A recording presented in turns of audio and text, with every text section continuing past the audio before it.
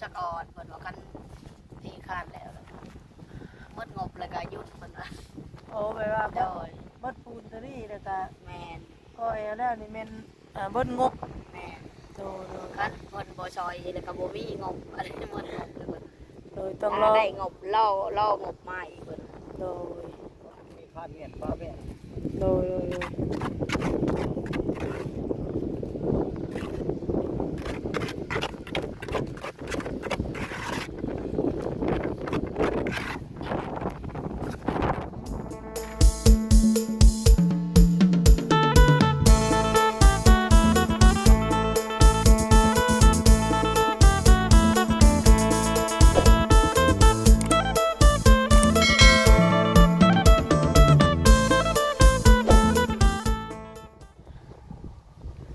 โดยการทักทายสบายดีสวัสดีเด้อพ่อแม่พี่น้องFCสุขสุขคนว่าจะเป็นเรื่องที่ทางภายในหรือว่าต่างประเทศกันยินดีต้อนรับเข้าสู่ทางช่องสแกบ้านเฮาอีกแล้วพี่น้องเนาะมื้อนี้กับพ่อกับสแกบุญพี่น้องเนาะมื้อนี้ก็มาบ้านน้องบุญทวีคือเก่าพี่น้องเนาะมาเมื่อก่อนว่าเพิ่นเฮ็ดเฮือนฮอดคันได้แล้วพี่น้องไปอัปเดตเฮือนซานน้องบุญทวีให้พี่ให้น้องได้เบิ่งได้ชมกันเนาะได้พี่น้องไปเบิ่งไปชมกันตอนนี้ก็มาฮอดแล้วพี่น้องเนาะทางบ้านทางเรือนของน้องบุญทวีเรือนซานเพิ่นนี่ใกล้แคมทางพี่น้องจะแก้วกับหากมา2เทื่อเนาะว่ามาวันนี้ก็เรือนเพิ่นก็ตั้งขึ้นเนาะอากาศก็พอดีพี่น้องเลยว่าสิหนาวก็บ่หนาวว่าสิร้อนก็บ่ร้อนแต่ว่ามีลมหน่อยนึงถ้าว่าเสียงลมเข้ามาก็ขอโทษขออภัยนำมื้อนี้สร้างเพิ่นกำลังก่อเพื่อนตัวน้องบุญทวีคือสิลินกินสมอยแท้ๆมื้อนี้เนาะไปทางใดแต่ทางก่อสร้างเพิ่นกำลังเริ่มก่อเพื่อนก่อสร้างพี่น้องเลยสบายดีเด้อสร้างเด้อ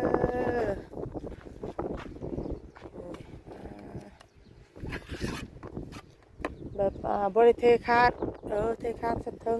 ก้อนบ่จังเทนี่พ่อ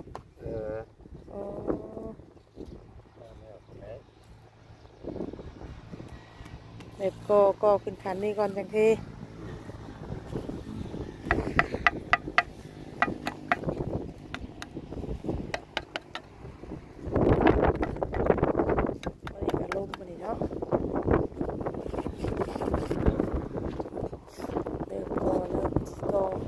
เริ่มสิเทคานแล้วเนาะเดินลงบุญทวีพี่น้องเลยใครเล่นตอนบ่ฮ้อนบันไดเนาะแข่งเดดกะ กันเดือน5ก็ยังหนาวพิงแดดกับบ่ฮ้อนเดือน5นี่เนาะแต่เก่าเดือน5นึกว่าถึงแดดซ้ำนี่ดีโอ้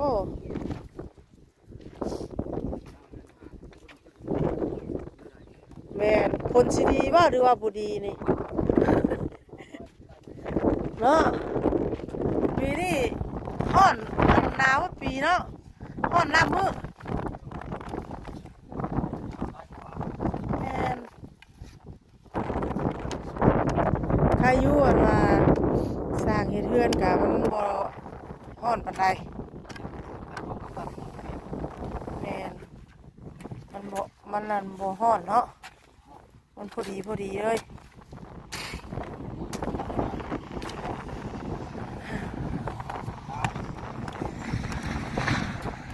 มีแต่ก่อไปก้อนเนาะก่อเอวก้อนแล้วก็ตั้งเทคาน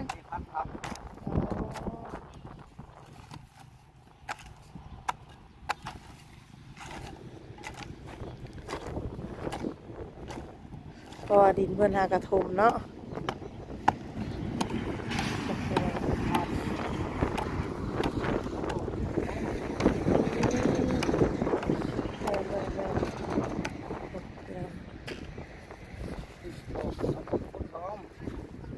ของมันเก็บเขาก็ได้โดยต้องคนๆเนาะ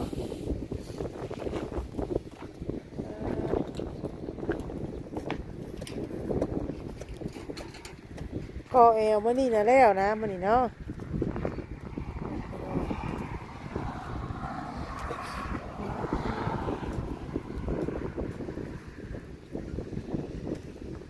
ก็เอวกับเทคานมื้อนี้เนาะสร้างเริ่มเทคานก็เอวแล้วพี่น้องบ้านน้องนี่แต่มื้อนี้บ่ฮู้ว่าเพิ่นไปทางใดมาถามทางแม่เพิ่นก่อนเด้ก็มีสิมินกินสมอยแท้วันนี้โดยสบายดีเด้อแม่เด้อโดยน้องบุญทวีไปทางไหนวันนี้ เอาไปเลยเป็น ใช่น่ะ เรียนใช่ไปนำเด็กน้อยพี่น้องบ้านชุมพรไป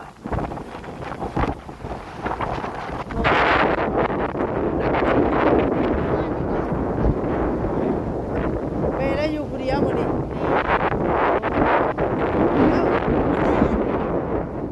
ผัวเจ้ามื้อนั้นได้ใช่ พวกมันไปเห็นงาน เห็นงานแน่กลับแล้ว บริกรรมไปอยู่น้ำพี่น้องอยู่พี่น้องปักตู้บอดผลิตน้ำจะได้แจ้งเลยแจ้งไม่ได้ อ้าวพวกเพิ่นเป็นคนไทย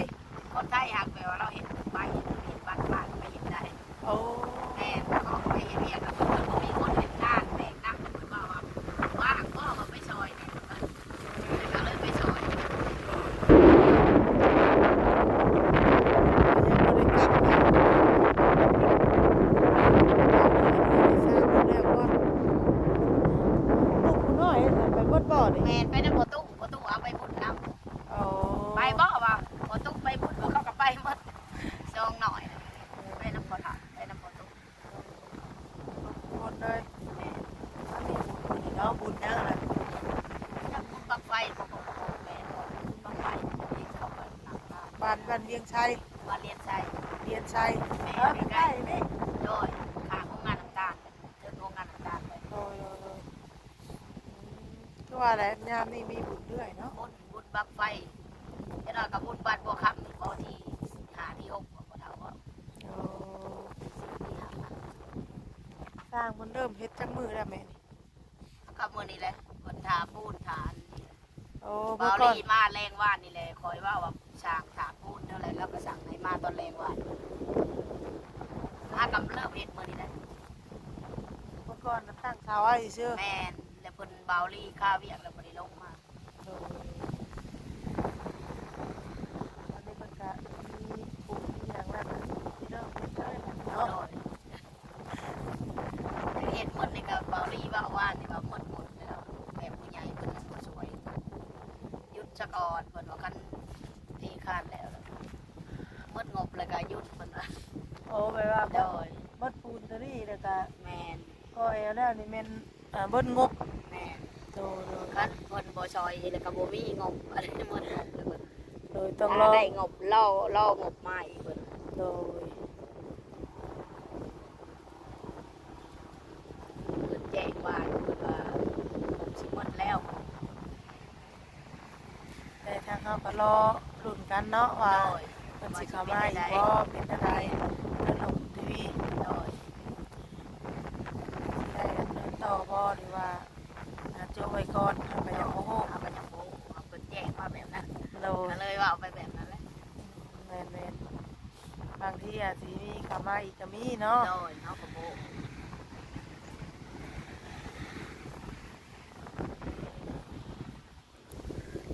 เป็นอย่างเลาะบนเรือนเป็นอีกก่อนเดียวเนาะวันนี้น้องบุญทวีบุยูกำลังทางเมย์มาน้องบุญทวีไป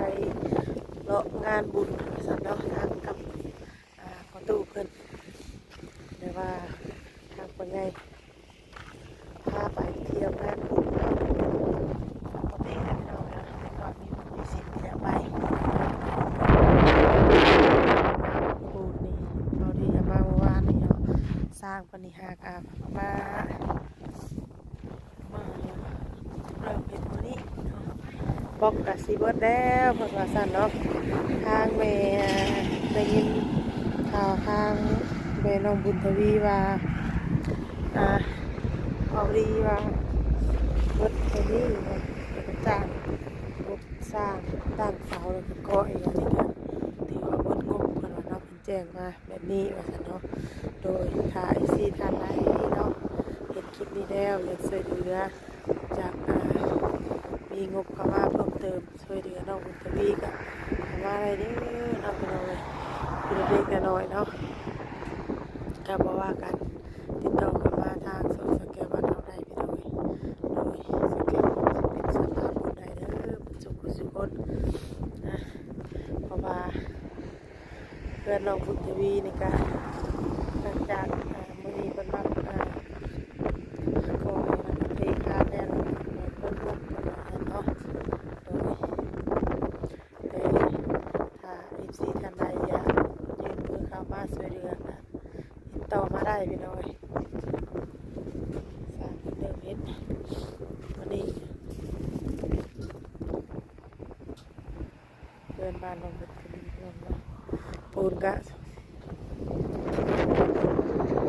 ยังประมาณนี้เนาะล็อกกับบุมีที่เราไว้เนาะคือว่าเพื่อนบ้านของบุญทวีนี่ยังขาดหลายอย่างอยู่เนาะโดยว่าเอาบนบุมีก็ยัง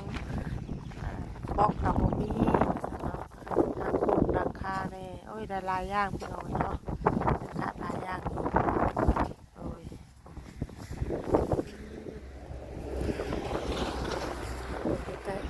คุณก็คุดล่อง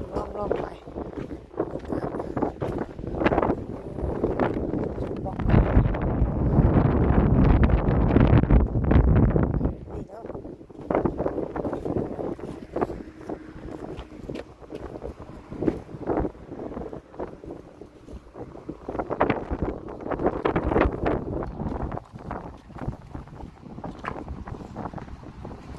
3 คนก็2 คนก่อยปูนเนาะ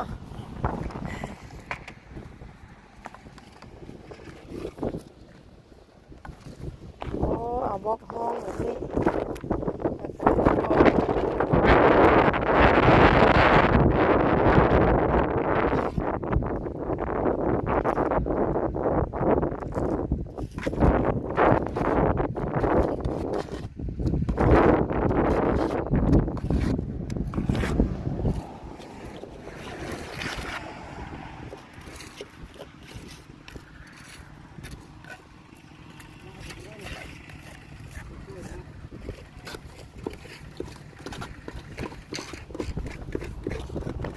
ตัวหอนี้ตัวกลางนี้พุดลงมาเลย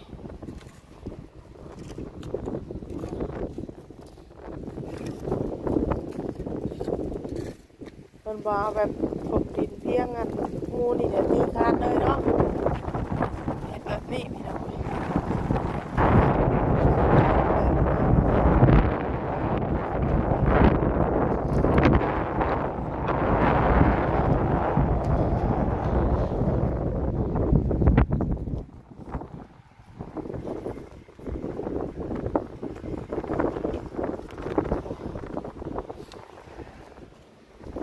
ซอยอยู่นั่งให้เพิ่นบ่ซอยนั่นเนาะ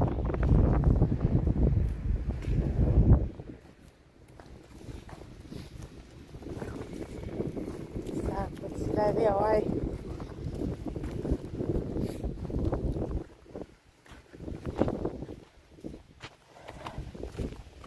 ทางแม่น้องบุญทวีก็อยู่น้ำซอยสร้าง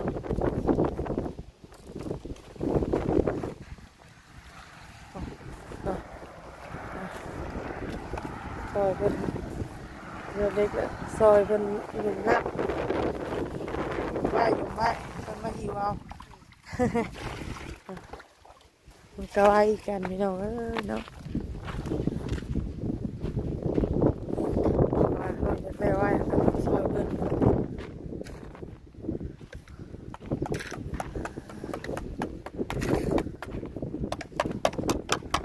ก็เริ่มเฮ็ดมานี่พอก่อน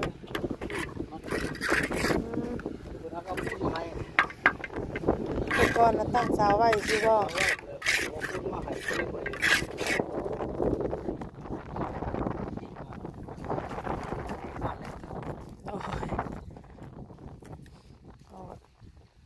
เผื่อเพิ่นมาเพิ่นหลายเรียกเนาะว่างเลยพอบักซะดีโอ้ย ใจ โดย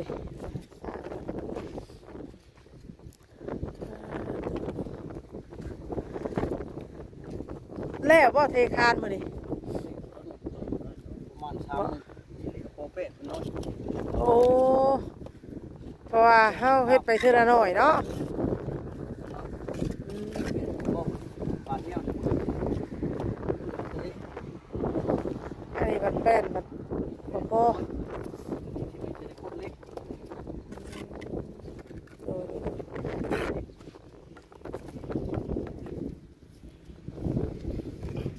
มื้อนี้ก็เพื่อหาสิกรทางกลางแล้วอีกเนาะ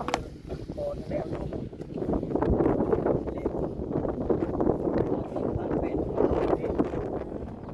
น้อยมันที่ได้ไปเท่าละครั้งโอเคเด้ เออ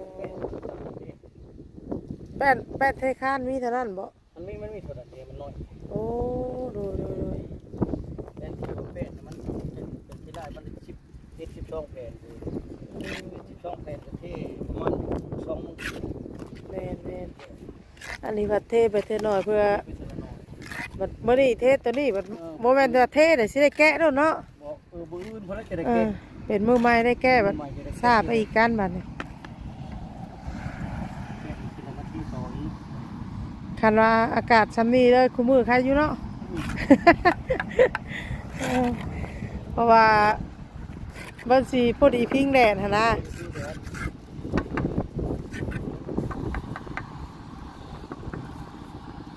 เป็นทอดอยู่ผม3 มื้อ 4 มื้อบ่ได้คันนี่ ขันเบิดคู่ห้องเลยว่าพอนี่ ตัวถ้าลงเป็นคันออกแล้วเขาก็ได้เสียค่า โอ้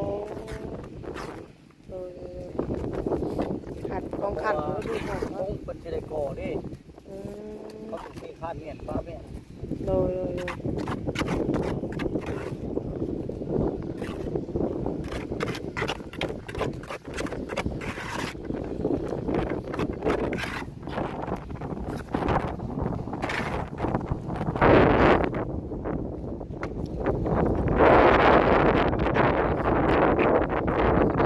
สร้างในบ้านนี่เองบ่ บ้านนี้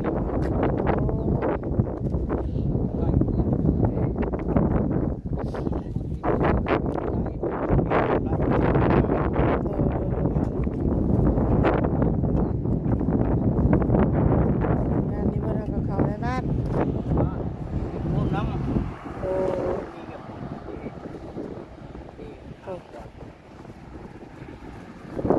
พ่อสามพ่อปูนซองไปอยู่ได้เนาะสร้างหาคน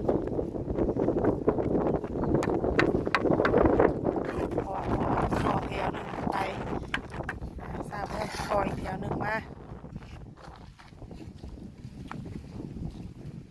สวัสดีก็ขัดของขัดแต่ของอีกเนาะ บริโภคของคนน้อยแต่ไม่ตัวต่ำ โอ้ เขาจะทำไปพงดิ เล่นโดย บริโภครถของนอกมันน้อย บอกพดเท่านี้บ่ ไล่ให้เป็นทำนี้ โอ้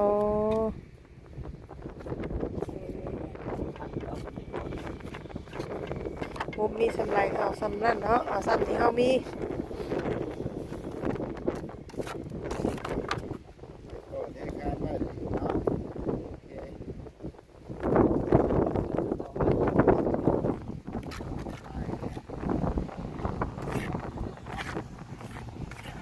ติดตามขั้นตอน รับตอนที่ทำนี้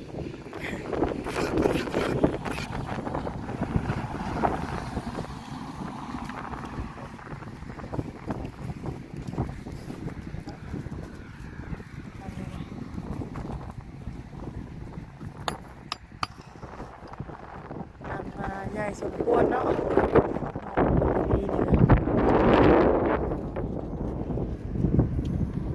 บกใหญ่มาให้นะบกหนาชิบหายมันเที่ยวเดียวไปเลย โอ้เอามันมีก้อนบล็อกก้อนน้อยก้อนใหญ่บ่ มีเด้มันมีขาย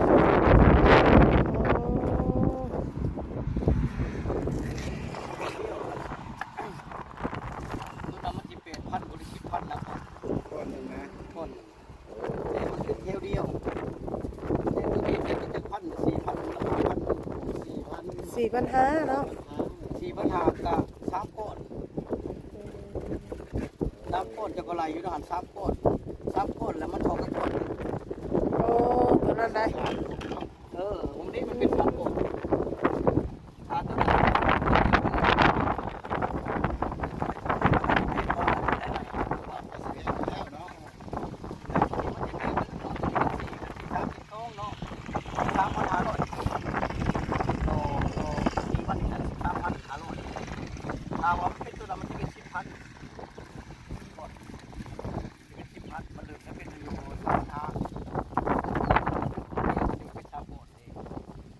แต่ถ้าว่าตัวนั้นขาดอยู่เนาะแม่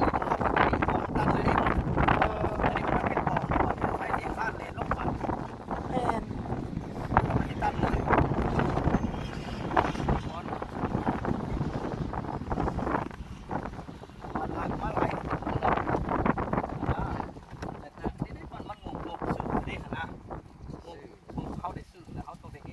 แม่น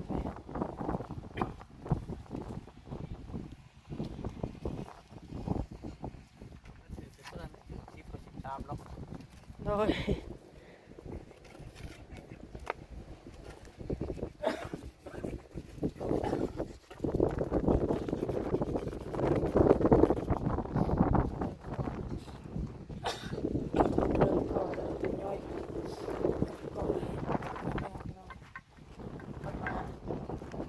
ก็แต่ฟางนี่ก็เป็นห้องสิบ่ได้ก่อเพราะว่าเอาตามรูปตัวอย่างบอกบ่คนในเขาดีเนาะอย่างเราบอกทางสร้างเพิ่นว่าประมาณอีกจัก2 มื้อ 3 มื้อจังสิสำเร็จเนาะก็เทคานบ้านโนนบุญทวีเพราะว่าไม่เป็นน้อยไปหน่อยเนาะเป็นมีอยู่6 แผ่นเนาะแผ่นเทคานเบิดวงเทคานแล้วนี่ก็สิโจ๊ะเบิดก้อนเบิดเนาะตามที่ว่าได้แจ้งมายังบ่มีสำไรก็เอาสำนั้นว่าซั่นเนาะโดยพี่น้อยสำหรับคลิปนี้ก็สิประมาณนี้เด้อเนาะขอบคุณ FC เพิ่นสุคนที่เข้ามาชมคลิปสแก้วแต่ต้นจนจบแล้วก็บ่ทำโฆษณาเด้อเนาะมื้อนี้ก็มารีวิวบ้านเพื่อนน้องพี่ให้พี่น้อง FC ได้คุยกันหลายคนได้เบิ่งได้ชมนำกันพี่น้องเนาะว่าฮอดคันแล้วเพื่อนน้องบุญทวีว่าซั่นเนาะมามื้อนี้ก็เพิ่นหาก็เริ่มก่อแอวพี่น้องเนาะเริ่มก่อแอวแล้วเพิ่นก็สิเทคาดเริ่มแล้วพี่น้องโดยสำหรับคลิปนี้ไปแล้วเนาะพอกันคลิปต่อไปสำหรับคลิปนี้ขอกล่าวคำว่าสบายดี